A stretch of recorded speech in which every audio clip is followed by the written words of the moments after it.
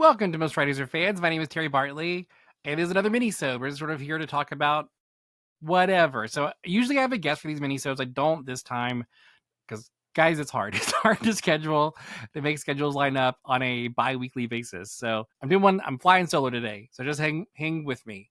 But I want to talk about something that I think would be kind of interesting. So basically, this is like an extended intro for one of my regular episodes. All right, but I want to talk about sort of like the concept of the death of the author. So for those of you that aren't familiar, death of the author is basically this idea that like once you publish a story and it's out there, then that story is no longer yours. That story belongs to the readers and they can kind of decide what it means for themselves. And that's sort of beautiful. And I think it's kind of great. That's why like a lot of people get things out of stories. The author may not have intended, but that doesn't mean that that's not there because they saw it, that it was there. And that's sort of like part of what literature is a sort of like finding meaning in things that resonate with us, because maybe if different people have different experiences read the same material, they may find different things in it that they resonate with and really like they see that it's there very clearly, even if the author didn't plan on it to be there. So I want to talk about this concept because I think that it is relevant in sort of like this landscape we're living in and we're navigating with all of these like allegations and things that authors are facing. Because I think that it's hard, not as an author. Like I think as an author, um, like I think that what I learned from a lot of these allegations is like just don't do things that will make people upset, and just be able to like and just sort of like be true to yourself. Because I think that it's really confusing. Like just a couple weeks ago, the author and booktuber Daniel Green was accused of sexual assault, and it turned out it looks like probably a lot of it wasn't fully true. His accuser apologized, and that is something that is hard because a lot of people jump to their defense because like we believe victims, like that's what we do in society now, and that's good and good. That's good to do. But we do then often, because the internet is what the internet is, we then sort of have this mob mentality where we just kind of like throw the person under the bus, regardless of whether or not there's any evidence that anything happened at all. And it's but like I think that everybody that did that were making the right decision at the time. Like they felt like they were making the right decision at the time, and that's sort of like okay. But I think that death of the author is an interesting concept to bring up in relation to this, because I think that a lot of people have tried to do this with J.K. Rowling, who I don't love to talk about on this podcast, but every now and again she'll come up. But I think that a lot of people who had a lot of attachment to Harry Potter, and I was one of those people for the record, but I think that a lot of people that have had a lot of attachment to Harry Potter sort of think that, well, this isn't like, I've even seen like memes about this where people will be like, isn't it weird that these books were written by nobody? Sort of like to acknowledge like I still like this book, but that doesn't mean that I like the author. And I think that someone like J.K. Rowling makes it easier because she just won't stop saying awful things, and it makes it a little easier to like ostracize her. But I think that it's hard. It's a hard decision to make as a reader, because if you loved Harry Potter and you have a ton of Harry Potter merch in your house, then what do you do with that stuff if you don't want to support this person anymore? Because like I think that there's some truth to the fact that if you already own it, then it's in the world and you already paid the money. You're not giving any new money to this person. And like don't watch any new shows or games or whatever that this person will benefit from. But that doesn't mean that we necessarily have to fully divorce ourselves from this thing that we love. I mean, it's hard for me as a queer person. I have sort of like written off Harry Potter, and I think that Harry Potter is an interesting example because I think it is very much defined by not the characters but the setting and kind of like the genre. Because I think that what has sort of happened is a lot of things have kind of sprung up to take their place.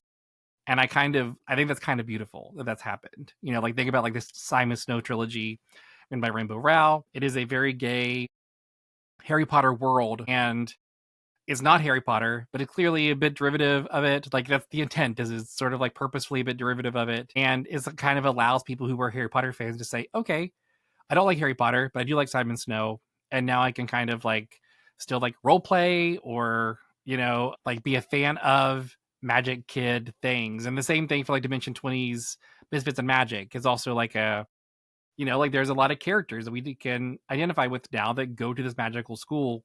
And it sort of allows us to live in the world of not Harry Potter, but basically. And still be a fan and still sort of love it and still explore it. And I think that that's kind of great to have those kinds of things.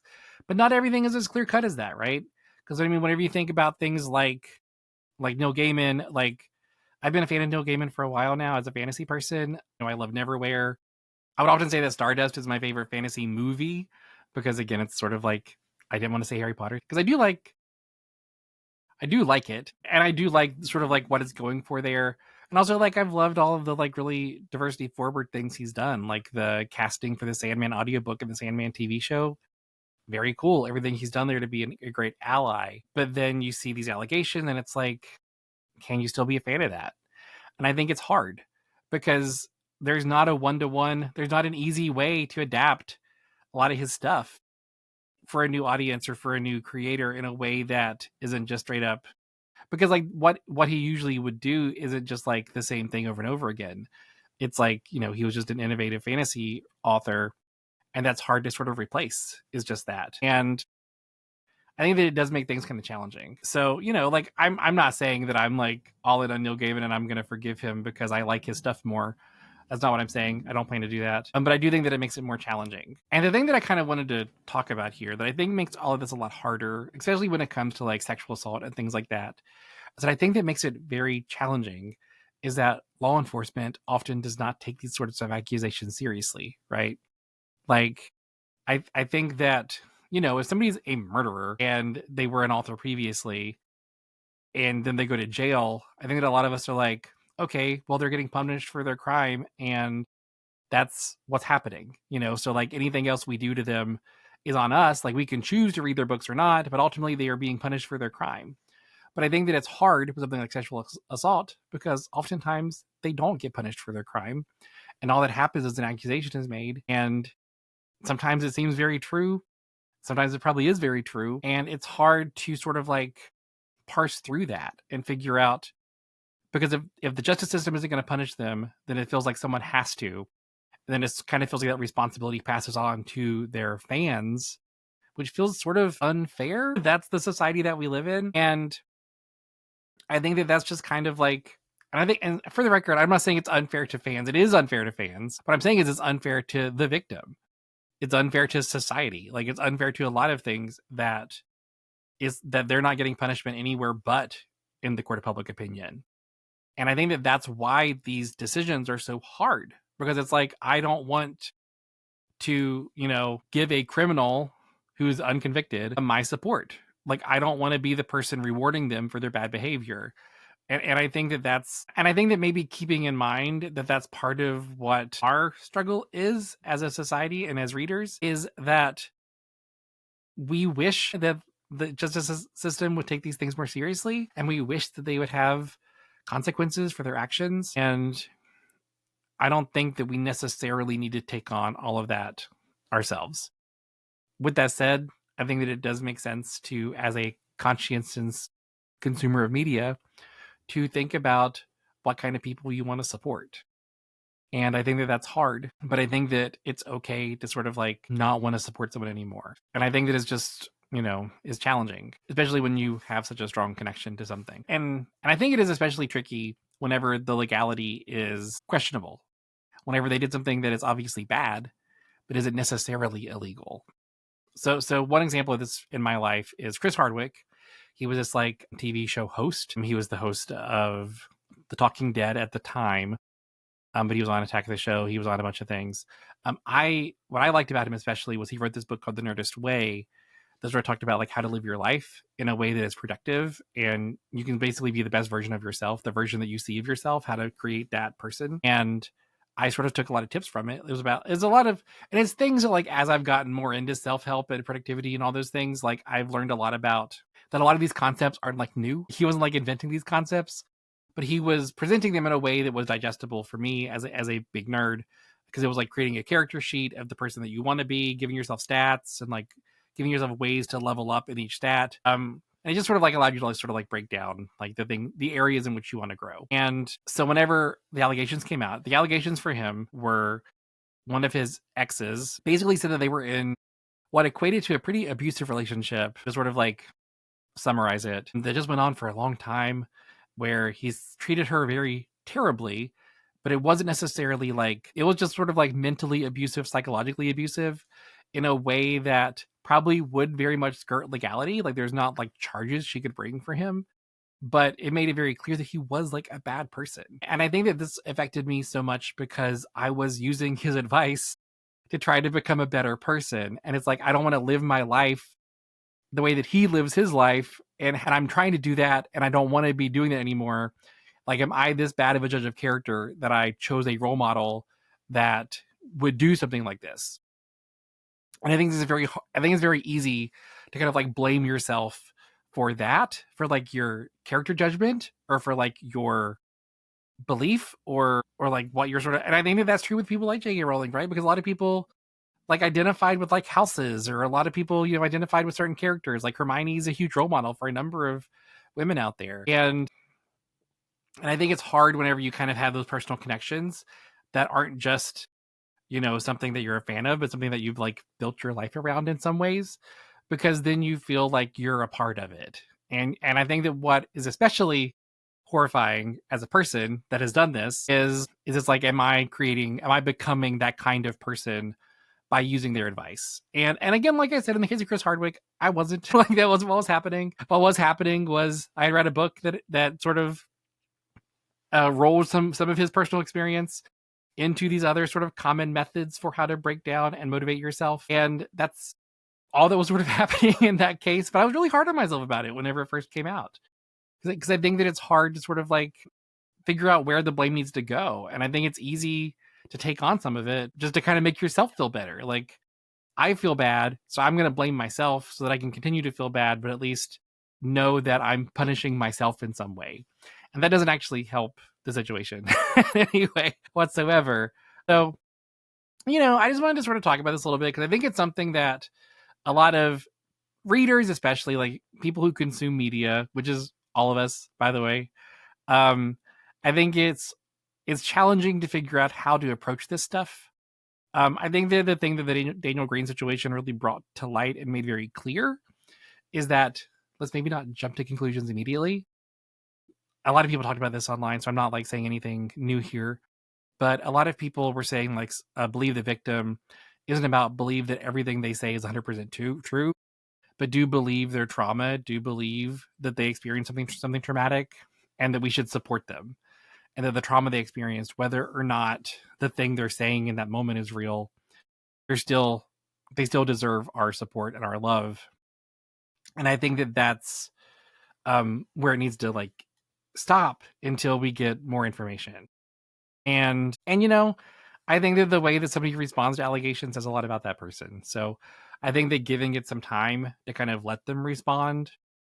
And for the record, not responding is also a response. So it has been like over a month and there is no response. You could read that as how they responded, and you can make decisions accordingly based on that. So, I think I think, like I said, I think what we've learned from the Daniel Green situation is don't rush to conclusions, but still like take some time for yourself. Like, I think that the thing that was so easy with this was just really get drug into it and kind of obsess over it. He had like a Discord that kind of became taken over by the mods, which frankly, as I thought was kind of incredible to watch as an observer that wasn't a huge fan of his. And it was very easy as somebody that was just in the Discord to get pulled into it and just kind of like watch the mob mentality happen and then sort of obsess over it in a way that isn't really healthy. So, I think that's true of a lot of stuff it's easy to let yourself get pulled into it. And then like basically you stress about this thing that has nothing to do with you. That's the whole parasocial thing that it has been happening lately that I think is hard to live with, is like we sort of like treat these people like they're our friends, then we act disappointed in them as though they were our friends, which is not what they are. And I think that that's part of it. So I think that maybe when these allegations come out, support the victim, support them, like be there. Because here's the thing, even if somebody did make up allegations for whatever reason, and again, this is very rare, very small percentage of allegations are not real. So let's get that out of the way. I'm not saying that many of them are. I don't think many of them are. I don't believe any of them are.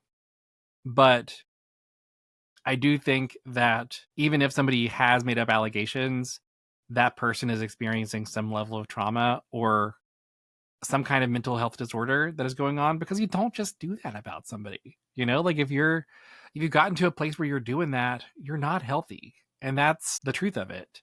So the person deserves their support just because they deserve help. Like they need help to not do that anymore. So I think that it's good to take that out of the equation, whether or not it's true. Like don't even ask questions in that moment. Give the person time to respond and then make decisions from there. So I think that that's sort of like where we're at, is like whenever these things come out, like, and like I said, whenever it's things of like questionable legality of whether or not somebody could be held accountable by the law, I think that we should just sort of like make a decision based on the kind of person these things seem to paint the picture of. I was a big Buffy guy. I love Joss Whedon, loved Past Tense, and a lot of the stuff that came out about him wasn't necessarily illegal, but it was awful. And I don't like the person that it demonstrated that he was. And I don't necessarily want to support his things. With that said, things like TV shows I think are more complicated because there's so many more people involved in a TV show. Like he wasn't the sole writer of every episode of Buffy the Vampire Slayer or Firefly or whatever. Like there were so many other people involved. So I think that you can still sort of like take from that something, be fans of the actors, be fans of, other writers on the shows, things like that. But again, like that person, if they're the creator, they will profit from truly anything that happens with it. And that's something to keep in mind. But like, I think that whenever it's of questionable legality, like just sort of like figure out what kind of a person you think they are based on that. And then decide for yourself what feels right. And I think that if what feels right to you is to continue consuming somebody's media whenever, because of how important it is to you or whatever, try to give yourself a bit of grace, but also like understand where people are coming from whenever they say this is hard to see. Like I have friends that have Harry Potter tattoos, and I feel bad for them because I'm sure that they don't love having them still, because they're progressive people also. Also, I think it's probably hard for like trans people in their life to see, because it's like, it's you supporting this person that says awful things about me basically every day.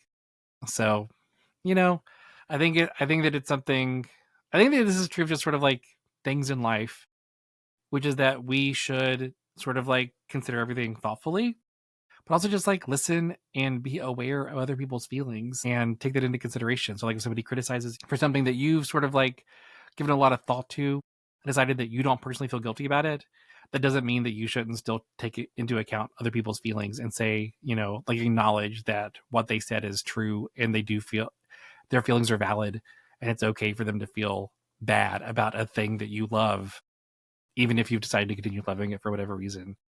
But also I think beyond that, we need to be able to give ourselves a bit of space to say, we live in a society that's a bit broken when it comes to these kind of things. That's part of it. Like we just do. And I think being able to acknowledge that these things shouldn't be as hard as they are, because people should get punished by the law whenever they do things that are illegal. And oftentimes they don't. I think that, give yourself a bit of grace, because we didn't ask to be born into this society that we're in. We can try to make it a little bit better. And I think that part of how we make that better is to be more conscientious and just sort of like be more aware of our surroundings and people and the feelings of people around us. So that's pretty much it for this episode. I just want to chat a little bit, have a little chat with you guys about this thing that is unfortunately still wildly relevant. But if you guys want to have a conversation in the comments, go for it. I have no idea what that'll turn into, but go for it. I think that all of this stuff is, like I said, I think it's all hard and tricky, and that's part of it. So have a conversation. I'll be back next week with a new interview. I'm interviewing Dylan Roach. He's a really great author. He has a really great social media presence, is how I found him. So feel free to follow him on Instagram. But until then, I will be back next week with that interview. I'll talk to you later.